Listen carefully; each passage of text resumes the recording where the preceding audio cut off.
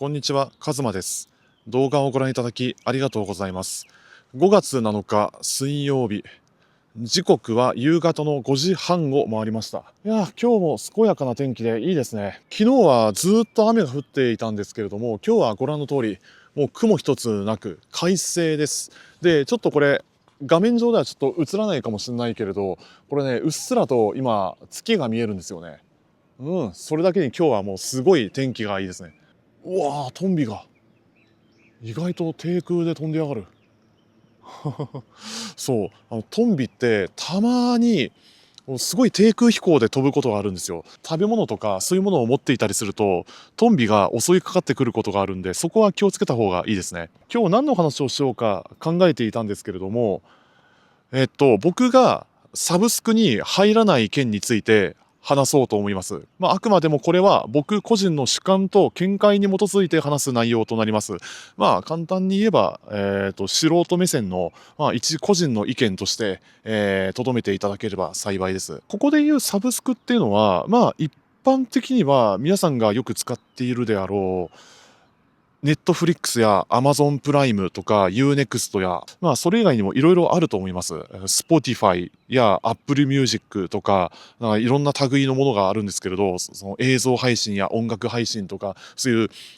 様々なコンテンツのストリーミングサービスっていうものが、一般的に広まっているような、そんな印象ですね。で、そのこともあって、もう昔と比べて今すごい便利な時代じゃないですか。いつでもどこでも、その外出中に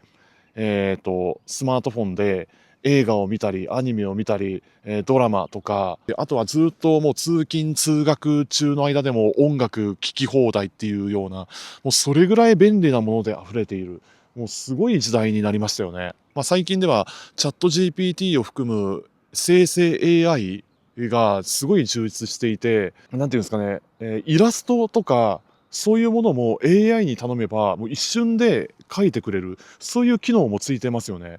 いや、本当、とんでもない時代ですよ。ただ、より、高品質でもっと便利なものを使いたい場合は、お金を払うことによって、より、サービスが拡大される、より使えるものが増えるっていうような、なんかそういうサブスク型のサービスが、普及しているかと存じます。なんて言うんですかね、もうそういう月額制のサービスについては、考え方の問題ですし、どんな使い方をするかは、人それぞれなんですけれども、僕の場合、もうこういう携帯とかパソコンで使うような、そういうサブスク型のサービスって全然使ってないんですよ。1個も入ってないですね。厳密に言えば、この携帯の中に入っている SIM カードかな、格安 SIM は入っているけれど、ちょっとごめんなさい。危ない。今、羽ありがついたんで、ちょっともう一回言いますね。で、過去に UNEXT の無料会員に入ってた時期あったんですよ。確か1、2週間だけ無料で使えるっていうような、そういう期間限定無料で、利用できるやつ、そういうのを試しに入ってみたんですよ。いわゆるトライアル期間っていうのかな、トライアル会員っていうものか、よくわかんないけれど、それを利用してみて、確かにアニメとか、邦画洋画問わず、あらゆる映像媒体が、いつでもどこでも見れる、もうすげえ時代だよなと思ったんですよね。けれど、その便利すぎるものが当たり前になって、どんどんそれがエスカレートしていって、時間を奪われて、生活を奪われて、人生すらも奪われてしまう、もうそれぐらい中毒性の高いものであるっていう風に気づいたんですよ。もう四六時中なんか映像配信サービスについて、考えてしまうことがあったり、それはなんでかっていうと、料金を払っている以上は元を取らないといけないっていうような、そういう強迫観念っていうわけじゃないけれど、何としてでも元を取らなきゃっていうような、そういう考えに陥ってしまうんですよね。そういう風になったことが過去に1回ありまして、その影響でちょっと、生活リズムが崩れてしまったり、あとは寝る前にもつい見てしまったりとかね、もうそういうのが、なんかだんだんと、その自分の生活、自分の人生において、あらゆる面で悪影響を及ぼすだろうなっていう風に感じて、で、そのこともあって僕辞めたんですよ。昔 UNEXT の無料会員、そのトライアル会員に入ってた時期あったんですけれど、2週間無料で入れるはずが、2日か3日ぐらいでやめたんですよ。もうこれは自分のためにならないと思って即解約して即やめました。なんだろうな、街の中を歩いてみても、例えばこうして歩いてる最中もそうですし、エスカレーターに登ってる最中やエレベーターに乗ってる最中もそうですし、もうどんな時でもどんな場面でも、もうずーっとこうやって眺めてる人を見ませんか？縦向きの画面でずーっと動画再生だったり音楽を音楽を聴き続けるか、まあね、そういう人いっぱいいると思うんですよ。もうゲームをしている人もいれば、まあ、さっき言ったようにネットフリックスとかアマゾンプライムとか、もしくはインスタグラム、TikTok とかそういうものでずーっとこ動画コンテンツを見続けている人っていると思うんですけれど、まあ、それがいいかどうかはちょっとここでは何とも言えないんですけれど、ただ僕はそういう行いはできればあまりやりたくないなと思ってそれでやめたんですよね。なんだか見ててゾッとするっていうか、意識が今ここにない、なんかそういう風に見えてしまって、すごいなんか違和感だったんですよ。で、そっからもうそういうものに対して距離を置こうって、いう風に決めましたね。自分の人生において、何をしてる時が幸せであるか、どんなものを見て幸せだと感じるか、何をしてる時が一番心地いいと感じるか、そういうものについて、自分自身がまあいろいろやってみて、いろんなものに触れて、で、あとはまあさっき言ったようなことについてちょっとノートに、こう紙に何かこう書き続けて、自分と向き合うようにして、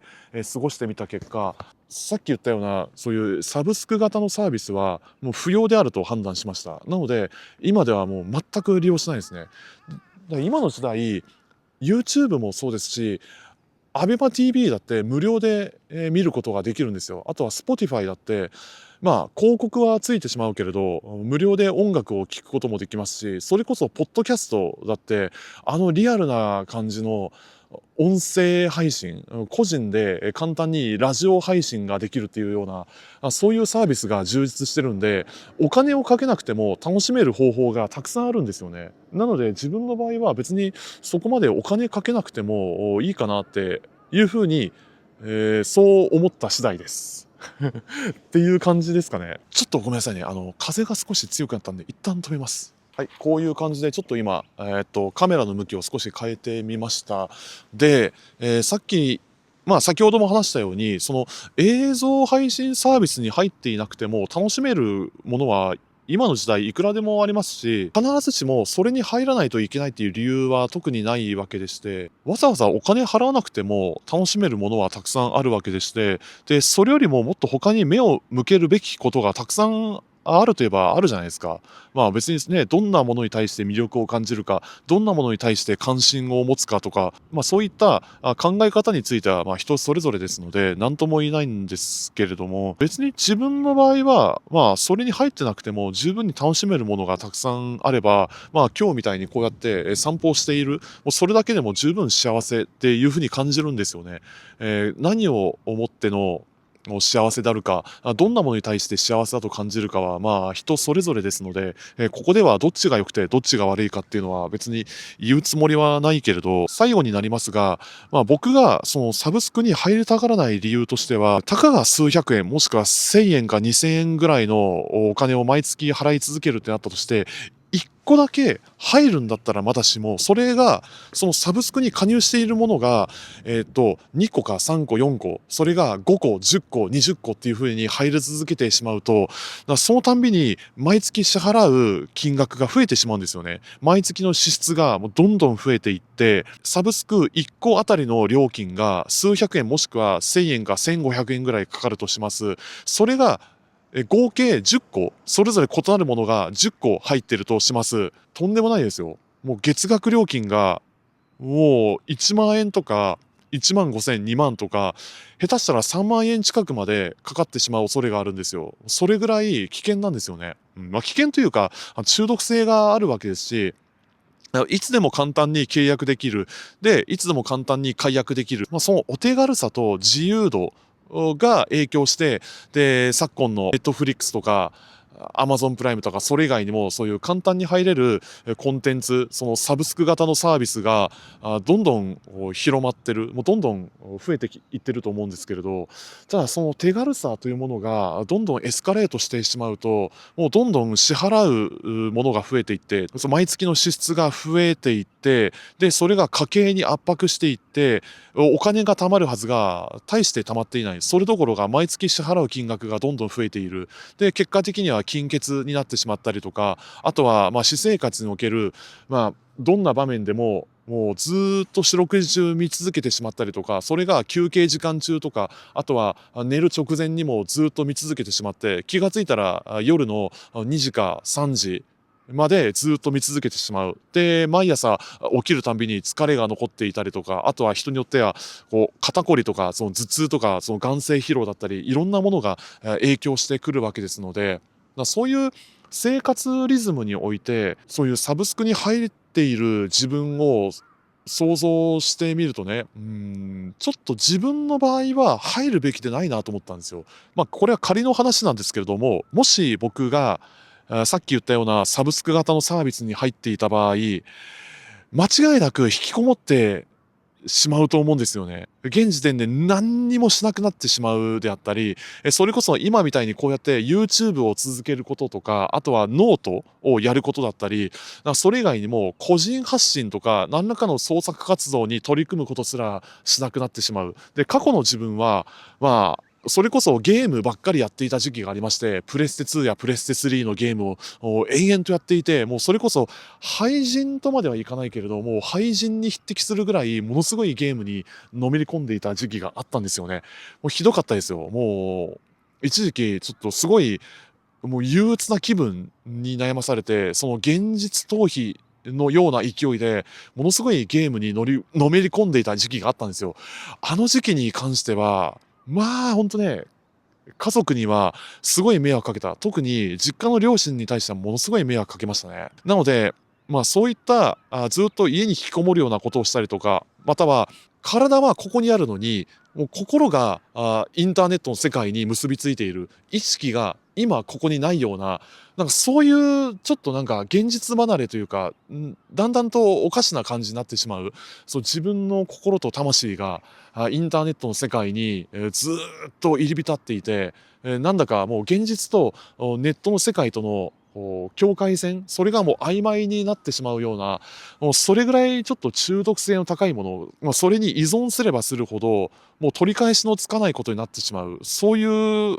リスクを背負うのだけは何としてでも回避しないといけないなと思って、でそれで、やめたんですよね。ゲームをすることはもう完全にやめまして、で最後にやっていたのは確かドラクエ 11S だったんですけれども、それは確かコロナが流行っていた時、コロナウイルスが流行っていた時期にやっていたんだけれども、でもそれを最後に完全にやめましたね。今とあってはね、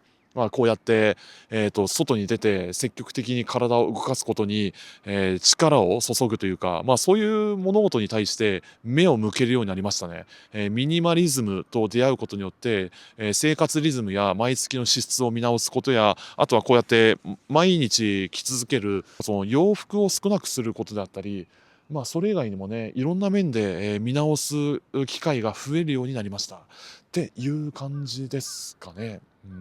はい、もう一度今カメラの向きを変えてみたんですが、どうですかね。こんな感じかな。もし今の自分がゲームにのめり込んでいたりとか、さっき言ったような